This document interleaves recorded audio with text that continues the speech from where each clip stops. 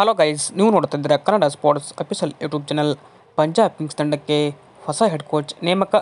IPL 2025ಗೆ Punjab Kings ತಂಡಕ್ಕೆ ಹೊಸ head coach ಈಗ ಅಫಿಷಿಯಲ್ ಆಗಿ ಕನ್ಫರ್ಮೇಷನ್ ಸಿಕ್ಕಿದೆ.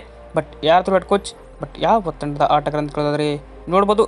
ಅಂದರೆ ಇತ್ತೀಚೆಗೆ ಇವರು ಡೆಲ್ಲಿ ಕ್ಯಾಪಿಟಲ್ಸ್ ತಂಡಕ್ಕೆ ಹೆಡ್ ಕೋಚ್ ಆಗಿದ್ರು.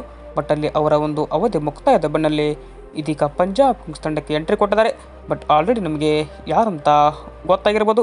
ಯಾರಪ್ಪ ಅಂದರೆ ಆಸ್ಟ್ರೇಲಿಯಾದ ಸ್ಟಾರ್ ಆಟಗಾರ ರಿಕ್ಕಿ ಪಾಂಟಿಂಗ್ ಅವರು 2025ರಿಂದ 27ರವರೆಗೆ ಪಂಜಾಬ್ ಕಿಂಗ್ಸ್ ತಂಡಕ್ಕೆ ಹೆಡ್ ಕೋಚ್ ಆಗಿರ್ತಾರೆ.